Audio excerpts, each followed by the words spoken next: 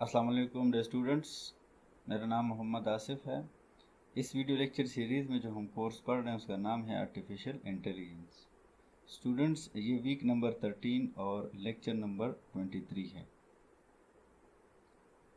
Previous lecture में हमने कुछ टॉपिक्स पढ़े, जिसमें सबसे पहले आपका आ जाता मैपिंग फंक्शन।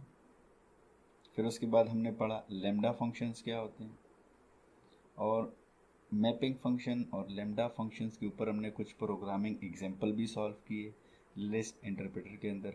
आई होप आप लोगों ने वो वीडियोस देखे होंगे। आज जो हम टॉपिक कवर करेंगे इंशाल्लाह उसका नाम है मैक्रो फंक्शन। ये भी हमारे पास एक टाइप ऑफ फंक्शन है जिसे मैक्रो कहा जाता है। ये क्या फंक्शन है, क्या करता है, कैसे करता है, ये हम आज इस लेक्चर में आपको बताएंगे।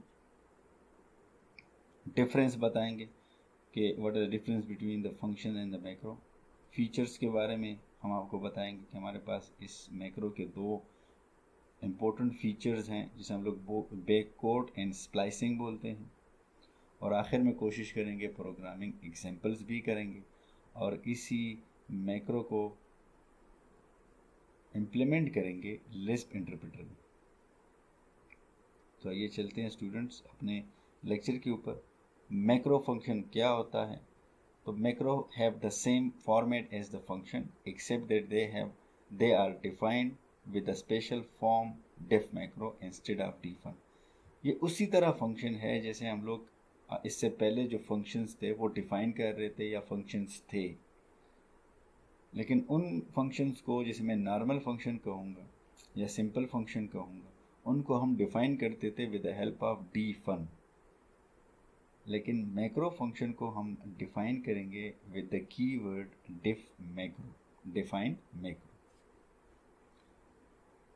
अब इसका सिंटैक्स क्या है? सिंटैक्स हमारे पास बड़ा सिंपल है कि जैसे मैंने कहा कि डिफन की बजाय हम लोग डिफ मैक्रो यूज़ करेंगे। फंक्शन का नेम होगा, ठीक। उसके बाद हमारे पास जैसे पैरामीटर्स होते हैं उस तरह पैरामीटर्स होंगे और फंक्शन की बॉडी होगी और फंक्शन को ख़त्म करेंगे। अब सवाल पैदा होता है कि हम लोग मैक्रो फंक्शन क्यों पढ़ रहे हैं, क्योंकि ऑलरेडी हमारे पास फंक्शंस अवेलेबल हैं जिसे हम लोग डिफन के थ्रू कर रहे थे।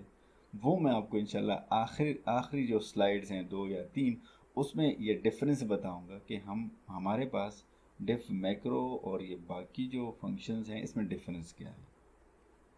सबसे पहले आते हैं प्रोग्राम के ऊपर के डिफ मैक्रो में हम प्रोग्राम कैसे लिखेंगे। तो सिंटैक्स जैसे हमने देखा उसी तरह हमारे पास प्रोग्राम भी होगा। डिफ macro which is used to define the macro, then name of the function, जैसे मैंने यहाँ पे लिखा my macro, ठीक है, my dash macro। फिर हमने उसका दो पैरामीटर्स मांग रहे हैं, मतलब आर्गुमेंट्स, ठीक है, और फंक्शन की बॉडी हम सिंपल एडिशन कर रहे हैं। जिसे आपको पता है डिफन की बजाय हम लोग डेफ मैक्रो यूज़ कर रहे हैं। It's a very simple function, ठीक है। And how to call the def macro, ये भी बड़ा आसान है। जैसे हम लोग पहले फंक्शंस को कॉल करते थे, मतलब नेम ऑफ द फंक्शन और आर्गुमेंट्स आप उसको सेंड करते हैं, ठीक है।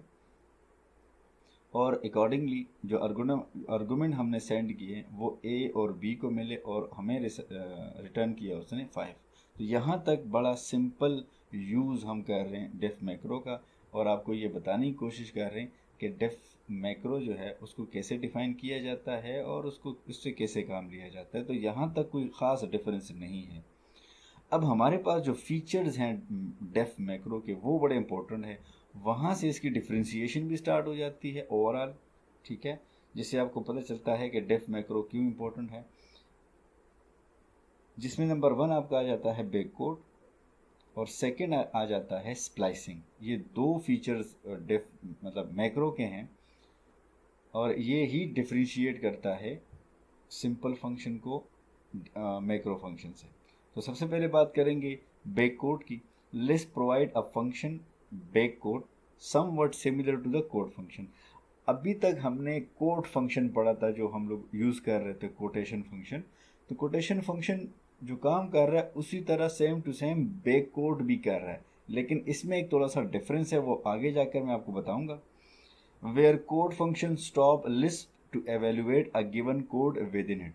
जैसे हम लोग किया करते थे कि अगर लिस्ट हमने लिखा और लिस्ट से पहले हमने कोटेशन फंक्शन डाला और हमने लिखा +2 3 और फिर पैरेंथेसिस बंद किया, तो वो एवेल्युएट करवाता नहीं था, वो एज इट इज़ आपको रिटर्न आ जाता +1 2 लेट से। ठीक है, तो वो कह रहे हैं कि इसी तरह आपका बैक कोड भी काम करेगा। अगर हम बैक कोड डालेंगे, अब ये बैक कोड होता कहाँ पर है, ये अगर आप कीबोर्ड में देखें तो आपके पास अवेलेबल होता है एस्केप की के बिल्कुल नीचे, और टैब जो बटन है उसके ऊपर आपके पास ये अवेलेबल होता है। ठीक है, तो हमारे पास ये बैक कोड होगा, ये मैं आपको इम्प्लीमेंट करके भी दिखाऊंगा।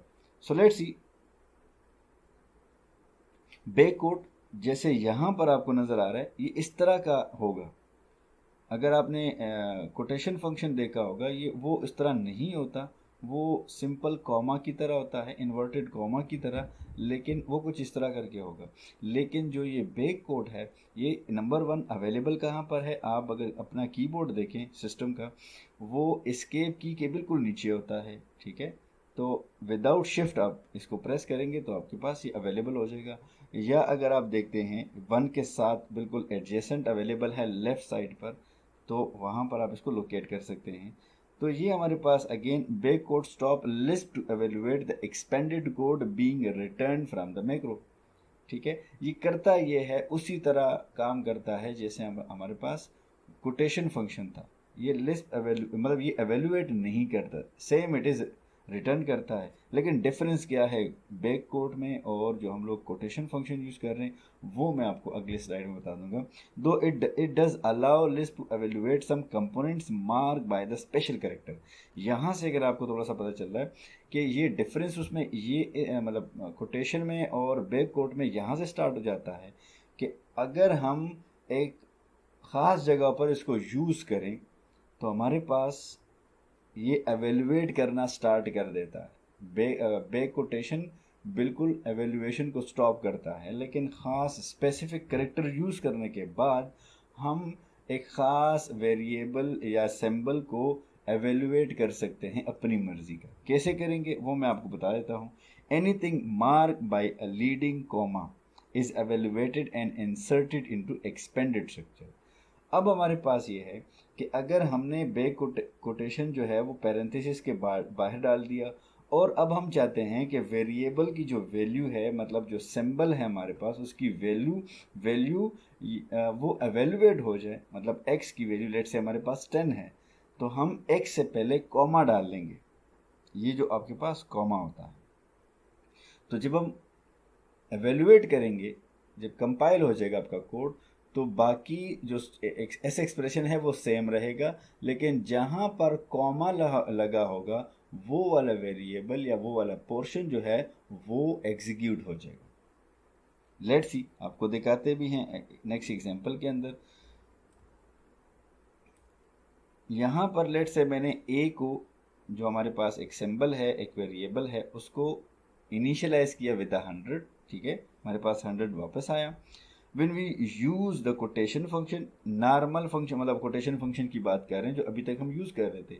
जब कोटेशन फंक्शन यूज़ करते थे, लेट से ए 10 ए और 20, what is A is a symbol, तो हमारे पास रिटर्न होता था 10 ए और 20, सेम इट इज़ रिटर्न करते थे। लेकिन जब हम लोग बैक कोट यूज़ करेंगे तो हमारे पास, लेट से मैंने पहले बैक कोटेशन यूज़ किया, पहले तो डिफरेंस देखें, बैक कोट का ज़रा चेक करें, और अगर आप कोटेशन फंक्शन देते तो उसमें फ़र्क है। ठीक है, हम यहाँ अगर लिखें 10, उसी तरह जैसे यहाँ पे था ए, यहाँ पर मैंने ए लिखा, 20 लिखा, लेकिन ए के साथ मैंने कॉमा डाला। तो जब आप बैक कोटेशन के अंदर कोई भी कामा ये स्पेशल करेक्टर यूज़ करेंगे किसी भी वेरिएबल से पहले, तो वो स्पेसिफिक वेरिएबल एग्जीक्यूट हो जाएगा, एवेल्युएट हो जाएगा। तो इंस्टेड कि वो मुझे ए रिटर्न करे, वो मुझे ए की वैल्यू रिटर्न कर देगा। ये है सिंपल कि जो हम फीचर पढ़ रहे हैं बैक कोटेशन का, वो वहाँ से डिफरेंस स्टार्ट हो जाता है। तो उसने ए की वैल्यू यहाँ पर रिप्लेस कर दी, तो उसने एक स्पेसिफिक वेरिएबल को एग्जीक्यूट या एवेल्युएट करवाया with the help of quotation function. Back code function, ठीक है। और ये हमारे पास असल में ये मैक्रो फंक्शन है, ठीक है जी। Let's say using back quote we can evaluate the specific symbol, जैसे मैंने आपको बताया। इसी तरह हमारे पास दूसरा फीचर है मैक्रो का, वो भी बड़ा ज़बरदस्त है, जिसे हम लोग स्प्लाइसिंग बोलते हैं। Anything mark with the leading comma, ठीक है, और at the rate must evaluate to a list that is spliced into a expanded structure. अब हमारे पास कॉमा और एट द रेट जहां पर यूज होगा, वहां पर ये होगा कि हमारे पास जो लिस्ट है वो वहां से वो अनलिस्ट कर देगा। लेट्स सी, ये मैं आपको एग्जांपल से समझा दूंगा, शायद आपको यहां से ज़्यादा समझना है। Each element is inserted without the top level parenthesis. हमने एक पैरामीटर्स के एक टाइप पढ़ा था, रेस्ट पैरामीटर।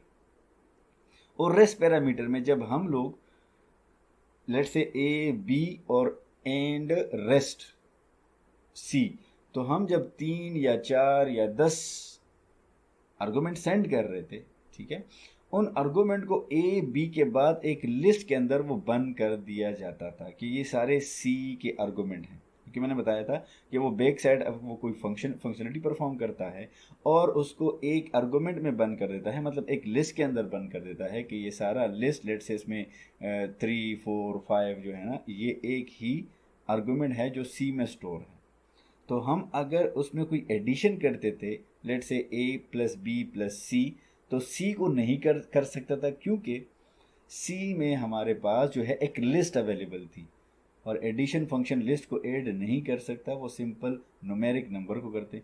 तो उसको रिमूव करने के लिए अगर आप यूज़ कर लेते हैं एट द रेट सॉरी कामा और एट द रेट, तो वो पैरेंथेसिस जो हैं वो ख़त्म हो जाएंगे और आपके पास नॉर्मल न्यूमेरिक नंबर रह जाते हैं जो उसके एलिमेंट्स होते हैं। लेट्स सी, ये मैं आपको दिखाऊंगा अभी। Let's see how macro can be use with the new powerful tool of back code comma and splicing comma, ठीक है। लेट्स सी, यहां पर अगर आप उसकी एग्जांपल देख रहे हैं किस चीज़ की, जो मैक्रो फंक्शन के जो फीचर हैं उसका एक स्प्लाइसिंग फीचर। लेट्स से हमने एक फंक्शन डिफाइन किया डेफ मैक्रो, माई एडर उसका मैंने नाम रखा। हमने 2 पैरामीटर रखे इसमें A B and rest C. I hope आपको रेस्ट के बारे में पता होगा, मैंने लास्ट टाइम लेक्चर में आपको ये पूरा करके बताया था कि एंड रेस्ट होता है, हमारे पास था ऑप्शनल था, और की हमारे पास थी, मतलब कीवर्ड जिसे रिप्रेजेंट कर रहे थे। तो ये 3 टाइप हमने पढ़े थे पैरामीटर्स के।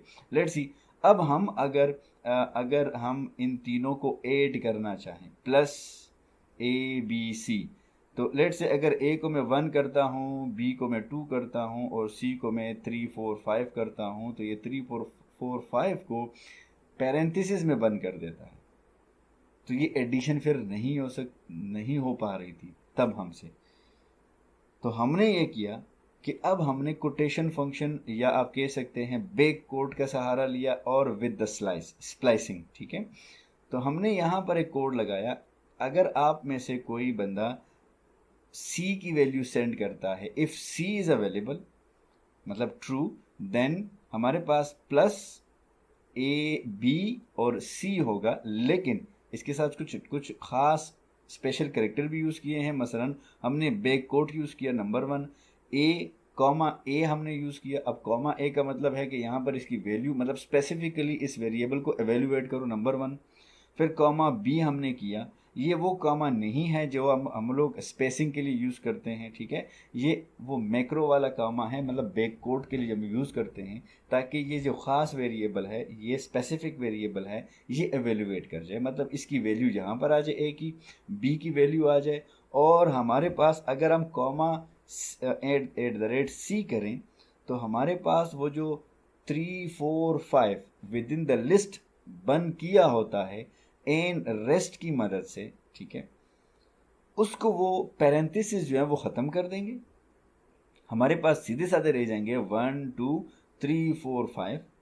तो सिंपल वो इसको ऐड करके मुझे रिजल्ट दे देगा। लेकिन अगर आपने सी सेंड नहीं किया, सी की वैल्यू सेंड नहीं की, लेट से आपने सिर्फ 2 एंड 3 सेंड किए, या लेट से 1 एंड 2 सेंड किया, मतलब आपने दो आर्गूमेंट की वैल्यू सेंड की, जो एक ए में स्टोर हुआ, दूसरा बी में स्टोर हुआ। सी जो कि ऑप्शनल है आपने सेंड नहीं किया, तो हमारे पास यहाँ से सी की वैल्यू नहीं आ रही और आपने जस्ट सेंड किए ए और बी की वैल्यू, तो फिर हमने बैक कोट यूज़ किया। ठीक है, फंक्शनलिटी हमने प्लस यूज़ की, कोई भी फंक्शनलिटी आप यूज़ कर सकते हैं। कॉमा ए और कॉमा बी हमने यूज़ किया। अब ये कॉमा आपका वो कॉमा है जो हम चाहते हैं कि स्पेसिफिक ये वेरिएबल या सिंबल जो है वो एग्जीक्यूट हो जाए, मतलब एवेल्युएट हो जाए। तो यहाँ पर ए की वैल्यू आ गई, बी की वैल्यू आ गई, ये दोनों आर्गूमेंट जो है वो एवेल्युएट होके मतलब प्लस के साथ हमें रिजल्ट दे देगा। तो अगर आप देख रहे हैं, अब हम यहाँ पर वो काम भी कर रहे हैं कि अगर एंड रेस्ट की वजह से हमें जो वैल्यूज मिल रही हैं उनको हम लिस्ट से अनलिस्ट कर सकते हैं। जो लेट से फर्स्ट टाइम मैंने 10 एंड 20 सेंड किया, तो सी की वैल्यू मैंने सेंड नहीं की, 10 हमारे पास ए में चला गया, 20 हमारे पास बी में चला गया। ठीक है, हमारे पास सी नहीं है तो वो फॉल्स में आ गया, इस साइड पे आ गया। ठीक है, एल्स वाले पार्ट पे आ गया। तो उसने ए बी को ए की वैल्यू रिप्लेस की, बी की वैल्यू रिप्लेस की with the help of comma. ठीक है, उससे हुआ ये कि आपके पास जो रिजल्ट है वो ओवरऑल आपके पास रिजल्ट आ गया। ठीक है, लेट से अगर हम इसको 3 वैल्यू सेंड करें, 10 20 और लेट से 10, तो हमारे पास जो रिजल्ट है वो 10 जो है वो स्टोर हो जाएगा सी में, लेकिन ये पैरेंथेसिस में स्टोर करता है, एक लिस्ट बनाता है। मैंने आपको लास्ट टाइम बताया था जब एंड रेस्ट को कर रहे थे, तो इस एट द रेट और कामा की वजह से वो लिस्ट ख़त्म कर देते हैं। तो हमारे पास वैल्यू रह जाएंगी ए बी और सी की। ठीक है, क्योंकि इस दफ़ा हमने वैल्यू सी के सेंड की है, तो अगेन ये एडिशन कर देगा, ए की वैल्यू ए में मतलब यहाँ पे रिप्लेस कर देगा, बी को रिप्लेस कर देगा और सी में सी की वैल्यू रिप्लेस कर देगा। इसको हम लोग इंशाल्लाह इंटरप्रेटर में भी देखेंगे, लेकिन यहाँ पर आपको समझाना ये था कि हमारे पास स्प्लाइसिंग और ये जो कोड फंक्शन है इन दोनों में फ़र्क क्या है। ठीक है, और कैसे अप्लाई किया जाता है। अब हम आते हैं डिफरेंस पर, कि हमारे पास difference between the normal function जो हम यूज़ करते हैं, जो अभी तक हम कर रहे थे, और मैक्रो फंक्शन में डिफरेंस क्या है। तो हमेशा याद रखना कि यहाँ पर डिफरेंस है, और एक तो मैंने इस फीचर्स की वजह से आपको बताया कि क्या डिफरेंस है। दूसरा जो हमारे पास आप कह सकते हैं कि when we write a simple function in any language, for example let's say हम कोई भी किसी भी लैंग्वेज के अंदर प्रोग्राम कर रहे हैं, तो हमारे पास एक सिंपल फंक्शन हम लिखते हैं। Let's say return type void है, फंक्शन है एंड आर्गूमेंट सेंड नहीं कर रहे हैं और उसकी कोई ख़ास बॉडी। ये करने के बाद आप क्या करते हैं, मेन फंक्शन में आते हैं, जो हमेशा कोई भी कंपाइलर या इंटरप्रेटर जो है वो मेन फंक्शन से स्टार्ट करता है। आपने कुछ लाइन ऑफ कोड एग्जीक्यूट किया, फिर दूसरा लाइन एग्जीक्यूट किया और आपने एट द एंड फंक्शन को कॉल किया। जब आप फंक्शन को कॉल कर लेते हैं तो होता ये है कि ये फंक्शन जो है वो यहाँ से जंप करके उस डिफिनीशन में चला जाता है जहाँ आपने डिक्लेयर किया होता है। मतलब आप अगर ऑपरेटिंग सिस्टम के टर्म्स में हम उसको कहें तो हमने कंटेक्स्ट स्विच किया, हमने जंप किया from one place to another. मतलब हमने यहाँ ये वाला फंक्शन छोड़ के हम इसको इंटरप्ट करके हम ऊपर चले गए। ऊपर मतलब स्विच कर गए, हम इस फंक्शन को एग्जीक्यूट करना स्टार्ट करके, और जब ये फंक्शन ख़त्म हुआ हम वापस आ गए। फिर इसने ये किया कि कुछ लाइन ऑफ कोड एग्जीक्यूट की, जो नॉर्मल कोई भी प्रोग्रामिंग लैंग्वेज के अंदर इसी तरह आपको कंट्रोल मूव करता है। फिर हमारे पास एक फंक्शन आता है, वही फंक्शन जो हमने ऊपर डिफाइन किया होता है, फिर ये कंटेक्स्ट स्विच कर देता है। तो इससे हो ये रहा है कि आपका ये जो मेन फंक्शन है इसमें बार बार डिले आ रहा है, कंटेक्स्ट स्विचिंग हो रही है। ठीक है, तो इंस्टेड ये हमारे पास एक नॉर्मल फंक्शन की कंट्रोलिंग होती है। लेकिन so the current process is interrupted and switch to execute another function. इससे ओवरऑल हो क्या रहा है कि हमारे पास जो एग्जीक्यूशन है वो स्लो हो जाती है। ठीक है, क्योंकि आप एक फंक्शन को छोड़ के दूसरे फंक्शन को के लिए ऊपर चले जाते हैं या उस जगह पे चले जाते हैं। ठीक है, तो आप जब स्विच करते हैं तो इस स्विचिंग में आपके पास डिले आ जाता है। इससे ओवरऑल एग्जीक्यूशन आपकी जो एफिशिएंसी है वो स्लो हो जाती है। When as the macro it does not jump to the function body, it copy the function body at the location where it is inserted. अब मैक्रो फंक्शन में ये होता है कि ये इंस्टेड ऊपर ये नहीं जाता, मतलब इंटरप्ट करके या स्विच कंटेक्ट स्विच करके फंक्शन के बॉडी में नहीं जाता, बल्कि मैक्रो में ये होता है कि वो जो फंक्शन, आप मैक्रो फंक्शन जब बना लेते हैं तो जो कंपाइलर है उसकी एक कॉपी बना लेता है। तो जब जब जहाँ जहाँ पर वो उसकी फंक्शन कॉल होती है तो इंस्टेड के वो वहाँ पर जंप करे, कंपाइलर ये करता है, उसको पहले से पता होता है कि यहाँ पर मैक्रो कौन कौन से हैं, कहाँ कहाँ पर है, उस मैक्रो की डिफिनीशन को जहाँ पर वो कॉल हुआ होता है वहाँ पर वो पेस्ट कर देता है। तो बजाय ये जंप करने के उसी जगह पर उसकी बॉडी ले आई, मतलब कॉपी पेस्ट की जाती है, पेस्ट कर दी जाती है। तो आपके पास वो जो फ्लो है कंट्रोल का, वो फ्लो ख़राब नहीं होता, कंटेक्स्ट स्विच नहीं होता, तो एग्जीक्यूशन थोड़ी सी फास्ट हो जाती है। इससे एक मसला एक और क्रिएट होता है, वो मैं आपको यहाँ पे बता देता हूँ। Compiler and interpreter copy the function definition and where it needs paste it, जहाँ ज़रूरत होती है वहाँ उसको पेस्ट कर देते हैं। तो ये तो एक एडवांटेज आपके पास आ गया। Though this take lots of memory but the computation free. जो मैं मसला बता रहा हूँ कि इस मेमोरी तो आपसे ले लेगा, क्योंकि जब आप मैक्रो बनाते हैं 1 2 या 10, वो उसको ऑलरेडी वो एक जगह तो उसने ली होती है, लेकिन कंपाइलर अपने पास भी कॉपी कर लेता है कि जहाँ इसकी ज़रूरत हो, तो समझ लें इससे ज़्यादा मेमोरी ली।